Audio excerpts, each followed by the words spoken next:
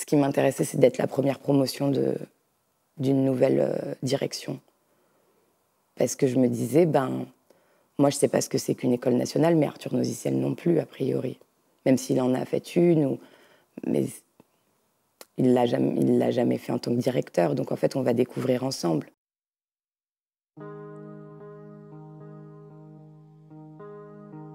Quand il n'y a plus rien, tout reste à faire. Quand il n'y a plus rien, tout reste à faire. Quand il n'y a plus rien,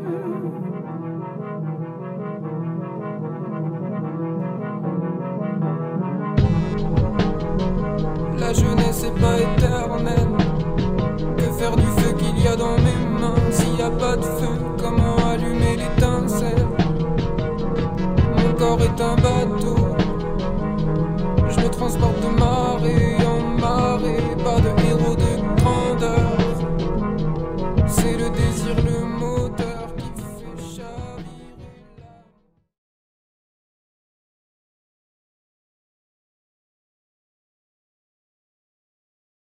J'ai commencé de manière un petit peu étrange. Oui. J'en faisais en MJC normal. Et puis à 14 ans, je me suis mise à faire du one-man show. Mais du coup, un peu dans un monde d'adulte, quoi. J'avais un spectacle solo à 14 ans et je faisais les premières parties des humoristes dans ma région, à Montpellier. Voilà, donc j'ai commencé par un truc, par du café-théâtre, quoi. Et et à un moment, j'ai complètement abandonné ça. Je crois qu'au moment où vraiment au moment où j'ai commencé à devenir adulte, ou en tout cas à ressembler à une femme, parce que ça marchait plus. Ce qui fonctionnait, c'est que j'étais une enfant qui faisait de l'humour. Et quand j'ai commencé à grandir, ça fonctionnait plus, parce que moi, j'étais restée l'enfant qui veut faire rire, mais mon corps disait autre chose, donc ça fonctionnait plus. Et donc, j'ai complètement coupé avec ça. J'ai fait une prépa littéraire, j'ai fait Hippocagne-Cagne, et après, j'ai fait 3 ans d'une école de journalisme, enfin, le CELSA. J'ai fait le CELSA, une école de communication médiatique et journalisme. J'étais diplômée de ça, et là, je me suis dit, non, mais stop. Et j'ai repris le théâtre, et là, vraiment, je suis rentrée en formation. J'ai fait la classe libre de Florent, et après, je suis rentrée au TNB.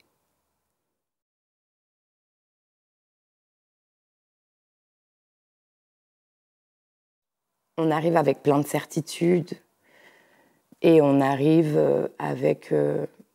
c'est comme si j'étais arrivée dans l'école, sur le plan du jeu, j'avais un faisceau comme ça.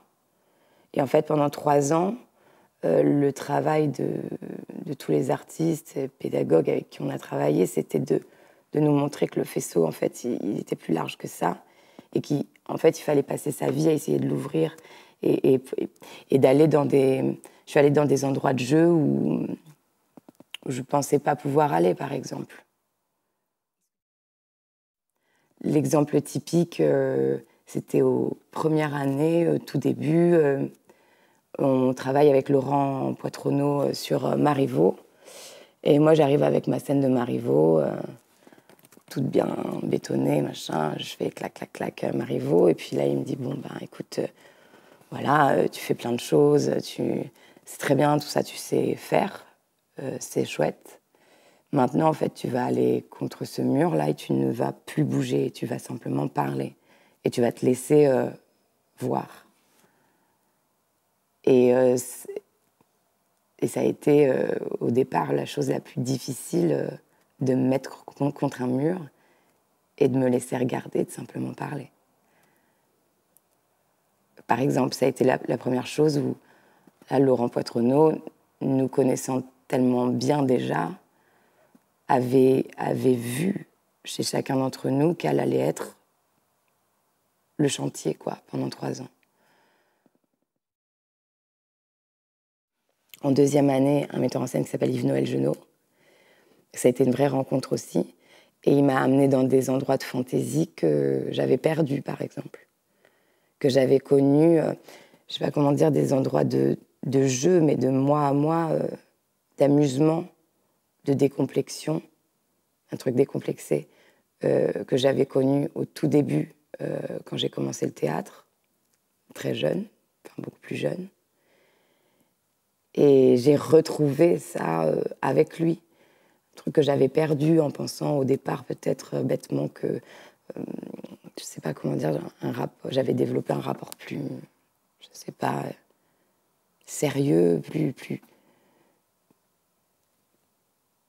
moins instinctif et fantaisiste. Et j'ai reconnecté avec des choses de mes tout débuts et de ce rapport-là au jeu, d'un truc plus enfantin, plus immédiat, quoi, avec lui notamment. Et donc, du coup, ça m'a mis sur le chemin d'autre chose, d'aller rechercher beaucoup de fantaisie, de pouvoir, en 3 ans, on est passé par des choses tellement différentes. On a pu faire du Pascal Rambert, où on est quand même dans une langue très forte et très construite, etc. Mais on est très proche de nous, quoi. L'acteur qu'on propose sur scène, c'est notre personne, c'est notre intimité. Enfin, on est très proche de l'image qu'on a. Comme on a fait des choses où on est beaucoup plus dans des constructions, dans de la composition, quoi. Par exemple, dans Opérette, où on a créé des personnages vraiment... ou avec Yves Noël, ou je sais pas comment dire, l'amour du costume, de la perruque, du machin, enfin, des choses que j'avais un peu abandonnées, quoi.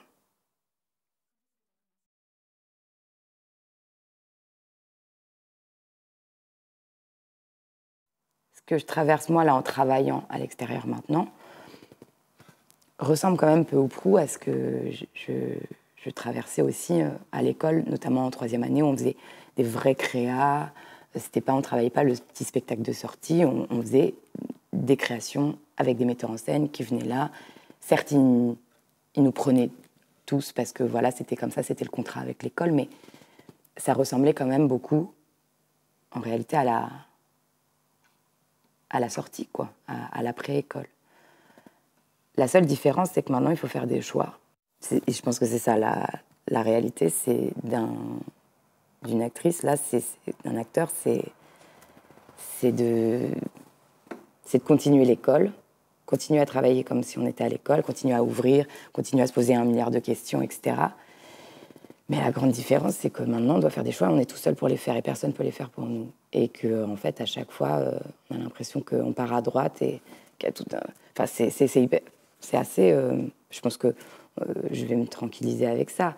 Et on va tous... Et en parlant autour de moi à des amis qui sont comédiens, qui sont les mêmes problématiques que moi, on est tous pareils au début. C'est très angoissant de faire des choix, en fait, je crois.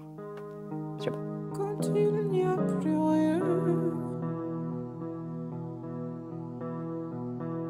tout reste à faire. Quand il n'y a plus rien, tout reste à faire. Quand il n'y a plus rien.